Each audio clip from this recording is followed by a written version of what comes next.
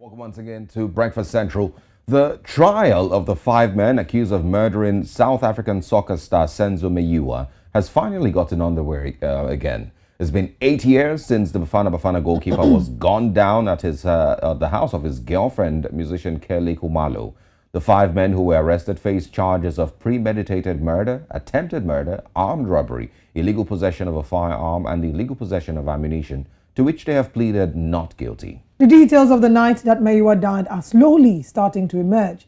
This week, 2 witnesses took to the stand. Now joining us this morning is journalist and editor Candice Bailey to give us more details on this. Good morning, Candice. Thank you for joining us. Now, can you please give us a quick rundown of what's happened in court this week?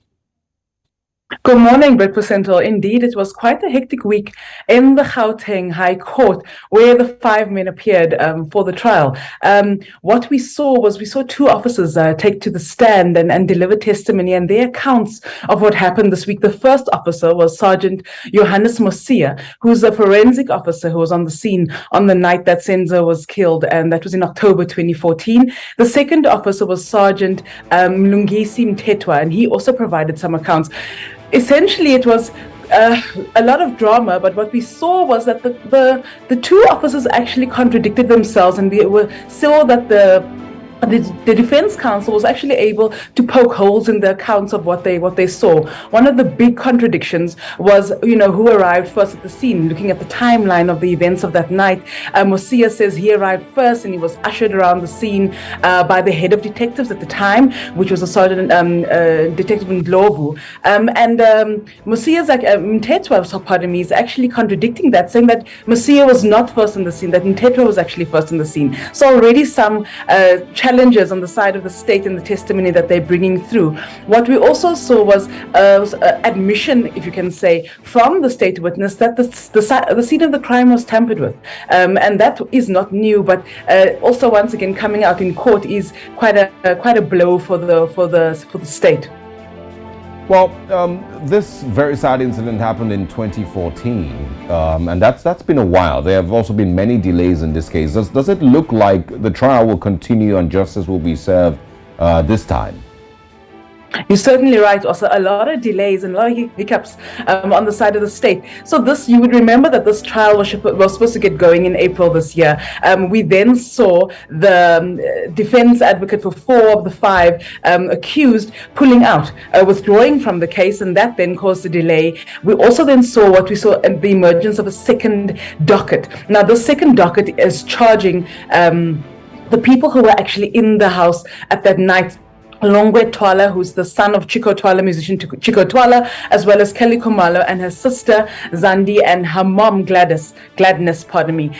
Now, this second docket caused a lot of uproar over the past few months, particularly because there were questions about why there was a second docket that was hidden. Now, the National Prosecuting Authority have said that the second docket does exist. They've said that there is no merit to the docket, but that they might take a decision on the docket once this trial completes. Whether or not justice is going to be served, we are going to see. We're not sure. How will things go down? It's only 2 witnesses in. I'm sure that there are many more witnesses that will be called, and there are a lot of events that still need to, unfold in the court, and a lot of issues that have to come to the fore. All right, Candice, talk to us about the reaction of South Africans to what has happened in court. Now, all of you know that there was a docu-series that was running in South Africa since April this year on the life of Kelly Khumalo and on the death of Senzo Meyiwa. And obviously South Africans were watching that quite they were watching that, and I think that really has put the spotlight on the trial and what's happening in the trial. So what we saw this week were lots of people on Twitter, questioning the ability of the state to be able to prosecute criminals, to be able to, serve justice. And I think that there's lots of questions around how our police services are operating, considering that they botched or are believed to have botched the scene of Senzo's crime, and also, made some basic errors in terms of dealing with the case in the initial stages. So a lot of criticism from the South African public this week. Well, it's a lot of drama, and of course I'm sure that the family is also going to be paying very close attention to how it goes and where this leads in the search for justice. Tell us what might be happening in the trial today, and what can we expect?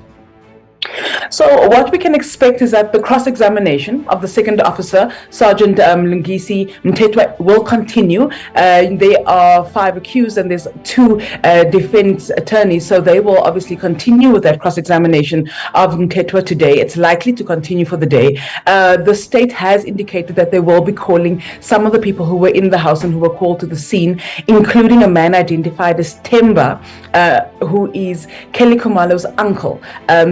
Kelly Khumalo's mom's brother, who arrived on the scene of the crime that night and was one of the first people there. The state has indicated that they will be calling him, so they're likely to call him up next. And if that doesn't happen today, it's likely to happen next week. All right, thank you very much, Dr. Candice Bailey. We will have you again as we get more updates on this story, especially as regards the proceedings from court today. Thanks so much.